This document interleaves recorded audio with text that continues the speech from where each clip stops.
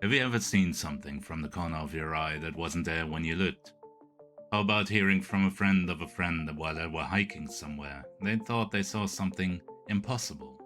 When they spoke to a ranger, there was always a simple explanation that left you unsatisfied. My name is Chris, and this is my colleague Jack. We are senior wardens for the Creature Conservation Initiative. We protect the world from the creatures of superstition and myth, but more importantly, protect those same creatures from the world. Hello, everyone. Welcome to another episode of your third favorite podcast. I'm happy you're here. Thanks for listening. How are we doing today? And Jack, how are you doing? I'm okay. I really love being on my fourth favorite podcast. Your fourth favorite? Yeah, my fourth favorite. Huh. That's the kind of confidence we have in our little production here. Hey, I mean, there's millions and millions of podcasts out there. If it's the fourth, that's pretty damn high. Yeah, it's top 5 still. Doing better than Germany at the Eurovision, so... Oh, yeah, that thing happened, didn't it? Unfortunately, yes. We've got to be careful about what we say about things like Eurovision. That can lose us an audience. Well, you know, engagement is engagement. True. Rage bait. Yes. We should title the episode something like, What Happened at the ESC? Oh, please don't. We might be a little bit too late for that already, but, you know, we're always at the top of the media cycle. Always at the pinnacle. Yes. You should get all your news from us. Every single aspect. Yes, absolutely. That way you know it's actually worth it. Yes, definitely. So, we've been waffling around for about 3 minutes almost now, so I guess we could maybe get into the episodes. It certainly wouldn't hurt. Yeah. So, let's shift gears a bit, and I thought I would take this opportunity to once again employ my skills at butchering languages and once again mispronounce Japanese words this time. So we are talking about a creature called the Kasa-Obake. Does that mean anything to you? I mean, the only thing it means to me is I want to hear you try that one again. I'm sorry. Just because it makes me laugh, the idea. You're so supportive, I love it. I'm supporting something. We'll see if it's the podcast or a hate crime. Not sure yet. Well, why not both? Yeah, but anyway, genuinely, actually, do repeat the name, because I'm not 100% certain I got it right in my head. It's the Kasa-Obake, or also sometimes called the Kasa-Obake. Okay, so sometimes it's got a title. And it's just sometimes more specific, I guess, because the Kasa-Obake translates to umbrella ghost. Okay. And Karakasa, the second means paper umbrella. So basically you just have an umbrella ghost or paper umbrella ghost, which we usually go with the Kasa-Obake because they're not always paper umbrellas, but okay, that's another name it's known under. And yeah, as the name suggests, you might not be surprised. Wait, are you genuinely about to tell me there is a umbrella ghost? Well, it's not a ghost, but there is an umbrella. Jesus Christ. Wow, we do encounter some interesting things out there. we do.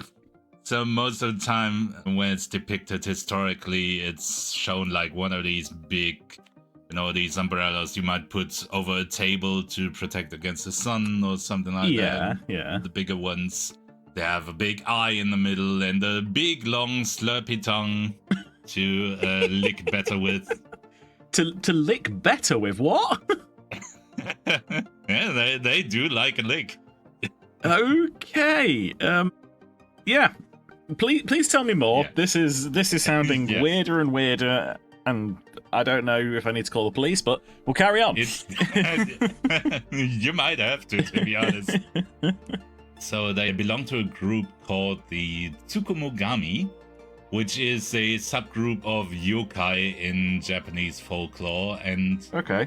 basically it's a group of artifact spirits or object spirits in the folklore. So Okay. the idea is that everyday objects sometimes acquire a spirit or a kami that kind of brings them to life. That's a general idea of that. Yeah, I think I've heard of that kind of concept in kind of like Japanese culture. Yeah, it's very popular in fiction. It's a very popular concept. I think there's about 1 million Pokemon that are basically just objects come to life. You know, it's everywhere, from classic literature to modern video games, basically. Okay. The yokai, in case people haven't heard of that, it's a very big kind of umbrella term, haha, pun not intended, of supernatural beings in Japanese folklore. And as I said, it's a very broad term. We should probably not get too much into that, but yeah, there's different yokai for different situations, for different aspects of the culture, and as we're finding out, a lot of them appear to be real. Exactly. Yeah. Moving on. Yeah, the tsukumugami is a slightly smaller group, and as I've said, that's a group that's basically like objects or tools that have acquired a spirit, and the idea is that if they get old enough, according to folklore, it's often said once they reach 99 years, but yeah, it's probably meant more as a synonym for a long time, so not literally 99 years. Yeah. And it's often in the context of neglect, so if you have something and you just leave it lying around in the corner long enough, then someday it'll come to life and haunt you or annoy you in some way, and that's the general idea of this. That I'm going to be cleaning the house after this, but yeah, carry on. yeah, good idea maybe. But don't sweat it because you have time. You know, the 99 years isn't too far off. True. Yeah, the myth is close enough to reality in some ways here, except for the fact that it's not like the objects acquire a spirit. It's rather that they are creatures from the very beginning. They just start their life with a kind of hibernating period. Oh, that's interesting. Yeah, and that period is very long. It takes 80, 90, 100 years, so yeah, you might very well have one of these in your house for your entire life and never know it, because it's kind of like a changeling, but for objects. Okay. So the way it kind of works is that a grown-up tsukumugami will sneak into your house and then pick an object to replace with its offspring, basically.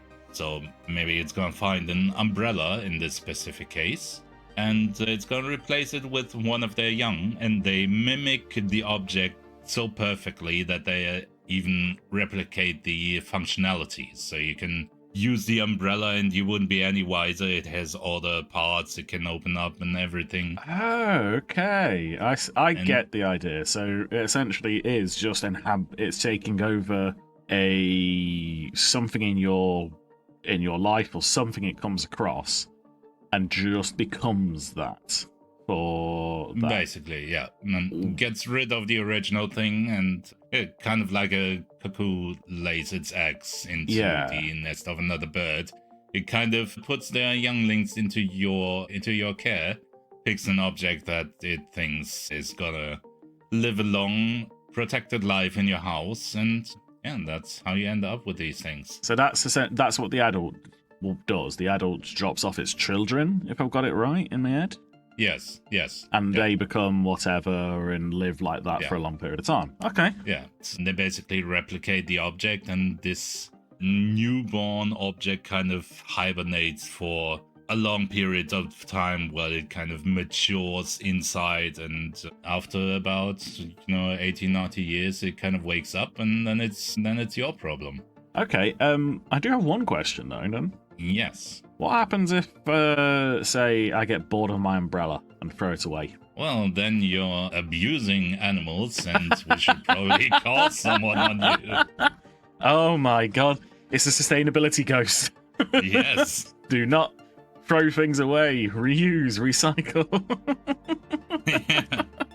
Yeah, it's you touch upon an interesting subject, because these things, they run rampant on trash heaps and landfills. There's utter chaos in some places. Amazing. Yeah, it's utter chaos. But so what's interesting about these things is that they kind of, as I said, they replicate objects that they find. They mimic these things in a way. And that means that the creatures that we have today basically resemble what stuff looked like 100 years ago. And so over time, they kind of change what they look like because the objects that we produce change. And so it's a great thing for our historians to kind of look at stuff from 100 years ago, basically. So just so I've got it right in my head, they don't adapt to, say, like, the new trend, the new fashion. They stay the same, or they do adapt? They do adapt. They do adapt. Okay, cool. The way it works is that an adult one comes into a house or an office or whatever it is, and it picks out an object and replaces that object with its young. So whatever object is there is gonna be what the youngling will look like, if that makes sense. But it won't ever change, or it will change how it looks? Oh, no, it won't change during its lifetime, but its young might change. So that's what you mean by it's a yes. Quite good, like, kind of historical record. Yes, exactly. Okay, cool. So basically, the ones that are alive today are like, the youngest ones look like stuff we had in the 1920s, 1930s, that time. There are older ones that go further back, like in the 1800s. I think we've seen ones that are like 200-300 years old. We're not quite sure of their lifespan. Yeah, I was gonna say, do we have ones that are like 1,000 years old? Ones that are like 2,000-3,000 years old? Millions years old? I don't think so. At least I'm not aware of that. Which would indicate that the lifespan isn't quite that. They don't have a lifespan of thousands of years, or at least we could theorize that. Yeah, I mean, that's pretty cool. If a creature lives long enough, then over time the risk that it dies of something is going to increase, even if its lifespan is not limited by age alone. Of course. So yeah, unless it's immortal or incomprehensibly, massively vital, or etc., it's going to, at some point, something will get it. Yeah. And also we rarely find any dead ones, so we kind of theorize that they kind of just, as they mature, they kind of settle down, so to say, and they kind of disappear and do not behave quite as obviously alive as they do before. And they stop their partying stage. Yeah, exactly. They have a very long and very obnoxious partying stage. They are, in general, they are pranksters. They cause mischief, and they're gonna keep you busy if they are anywhere around you. Okay. Yeah, we think that they kind of leave that stage behind them as they age and as they mature, and that's why we don't see the really old ones quite as often as the younger ones, because the younger ones, they don't care. They get up in your face, and makes sense, because once they wake up, so to say, from their initial hibernation period, they immediately become obsessed with pranking people, especially the Kasa-Obake in particular. Tsukumugami in general, most of them work kind of the same. The main difference is in which class of objects they tend to replicate. So the Kasa-Obake is focusing on umbrellas for whatever reason, but there are other Tsukumugami that will, become a toaster, or others that have specialized in vases, or that kind of thing. Yeah. And each one is kind of their own subspecies in a way. Okay. Yeah, the Kasa-Obake is basically, from the moment it wakes up, it likes to scare people. It is ultimately harmless, but it just loves to sneak up on you, and the thing they really love to do is when they sneak up on you is to give you a very wet, very sticky lick with their enormous tongue.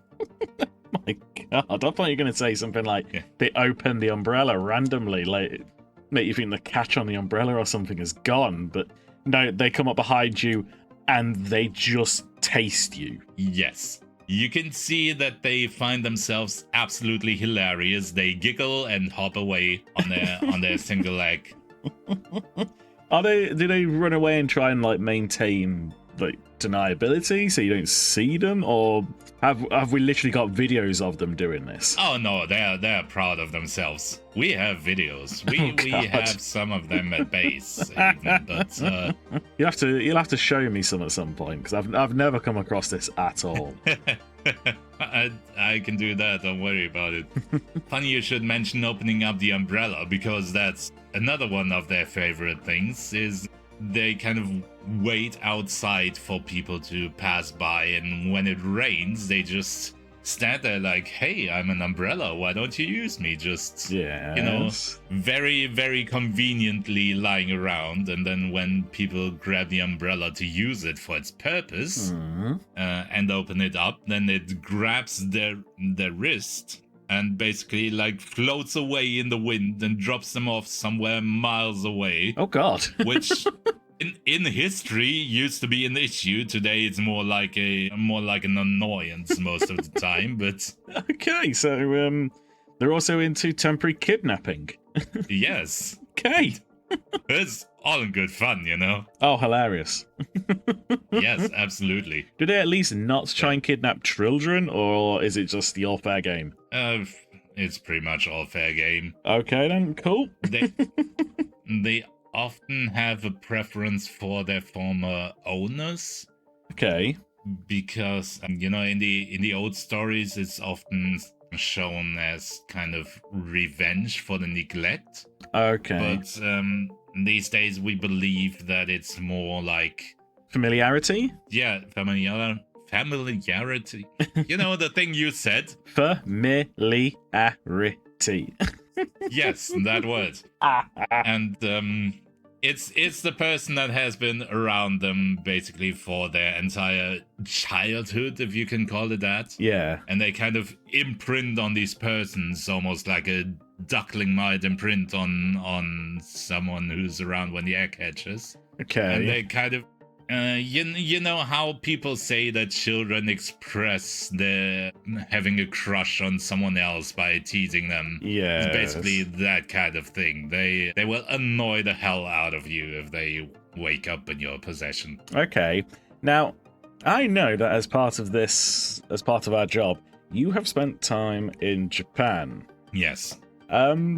Is this imprinting something to do with how you've interacted with them before? Maybe. Okay, I'm curious now. I'm kind of excited. Yeah. Let's carry on then. Carry on. It's actually just a coincidence. It doesn't actually have anything to do with my time in Japan. Although when I was there, nobody warned me, so take that as you will. Anyway. Turns out my grandma used to go to Japan a few times, and she brought back this weird umbrella. And when she passed away a few years ago, we were trying to organize the stuff that is left behind, and somehow this umbrella ended up in my apartment. And okay.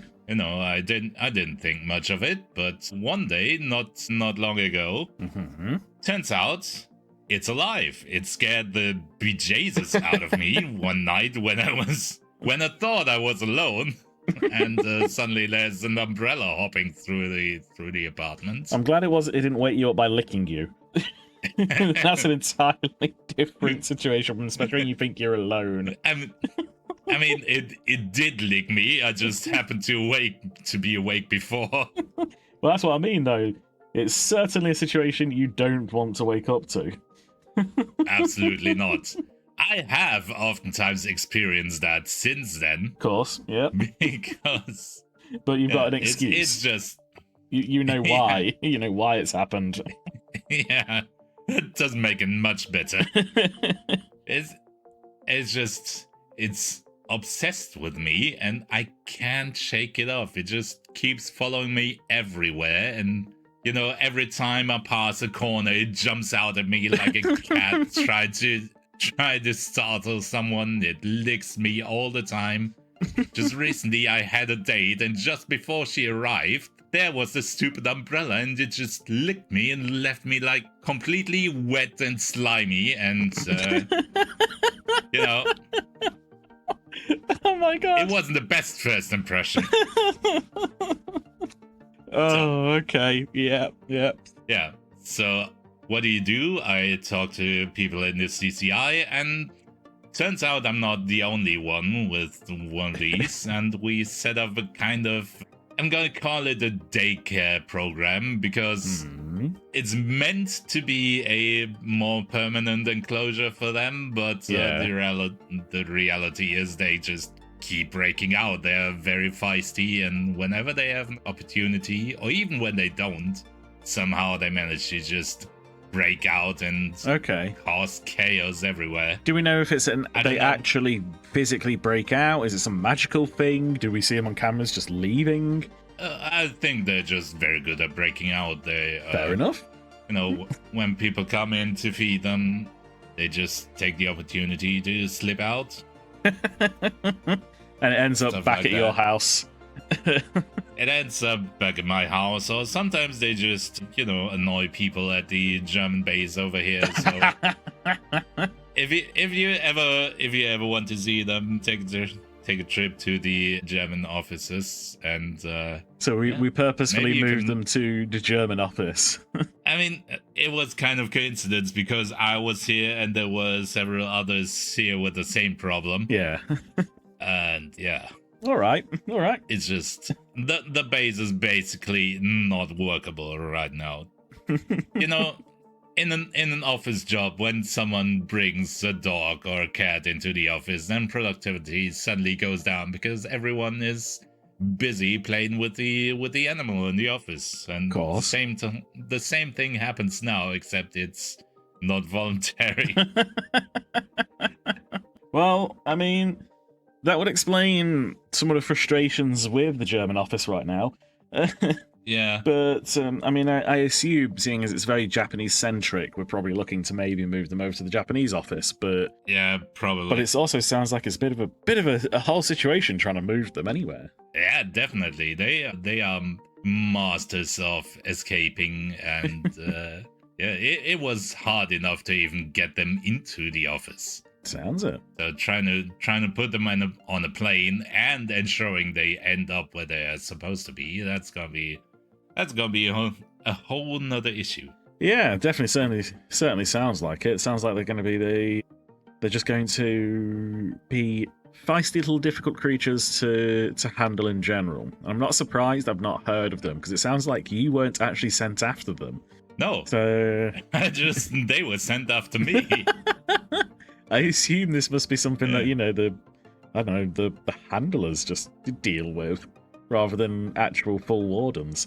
Yeah, it's, they're usually harmless, so there's little reason to deal with them at all. So it's usually not in our job description. But once you become an involuntary foster parent... But this is kind of have to deal with it. But this is specifically the ones that become umbrellas. Yeah. The other ones have different personalities? Most of them are kind of the same, but there are differences. When we are not sure if the object influences their personality, or if they just pick things based on their personality. We're not sure which way around it is, but fair enough. We have ones that inhabit knives, or that mimic knives, which is very dangerous, even if they're not aggressive on purpose. Sod's law, that's the ones I'm gonna get. Yeah, probably. Oh, God. Anyway, speaking of tools inhabited by ghosts, where else could we find some of those, maybe? Well, tools inhabited by ghosts. Let's see, how do I work this one into? Well, we do have one big tool. It's online. That's what she said. I was going to say the leader of the CCI, but no, we have one online tool that if you ask your grandparents, they'll say it's inhabited by ghosts because it can give you answers and it can make noises. It's called the Blinking You'll Miff It Discord, where you can join other people who have enjoyed this show. Incredible. And you can talk about them. Not the people, the show. I mean, you can talk about the people if you'd like to, but you might be kicked if you're a bit mean. But yes, you can join us on the Discord. You can just chat about episodes. You can make suggestions about creatures that you'd like to learn about, especially seeing as between Chris and I, we have seen pretty much everything out there, or at the very least, we're usually one of the first ones sent out. Don't know if that's good, don't know if it's that bad, don't know if it means that we're expendable.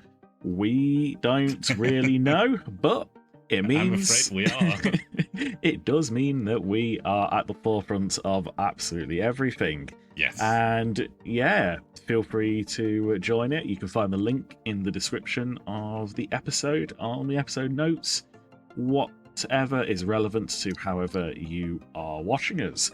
At the same time, what else should they do? Well, at the same time, exactly the same time, please, you should absolutely subscribe to this podcast because you don't want to miss out on future episodes and you want to be notified about them. You should also give us a rating, preferably a good one, but engagement is engagement, so you do you. And what you could also do is go look at our back catalog because we have been doing this for a while now and there's bound to be some kind of creature that we've talked about that you find interesting. So just look through the episodes. They are not connected in any way except for a few in-jokes and, just find something you're interested about and click it. Click it very hard. Never stop clicking it. Just keep repeatedly clicking it. ABC, always be clicking. Always be clicking. Also, always be sharing and always be raving about us on the internet everywhere and raise people's awareness about us so they cannot escape. And they can learn about the world that they didn't really know existed until you started listening to us. Yes, exactly. But, I mean, apart from that, I don't really think there's anything else left to say. So, lucky for you, only thing left for us to do is say goodbye. Goodbye.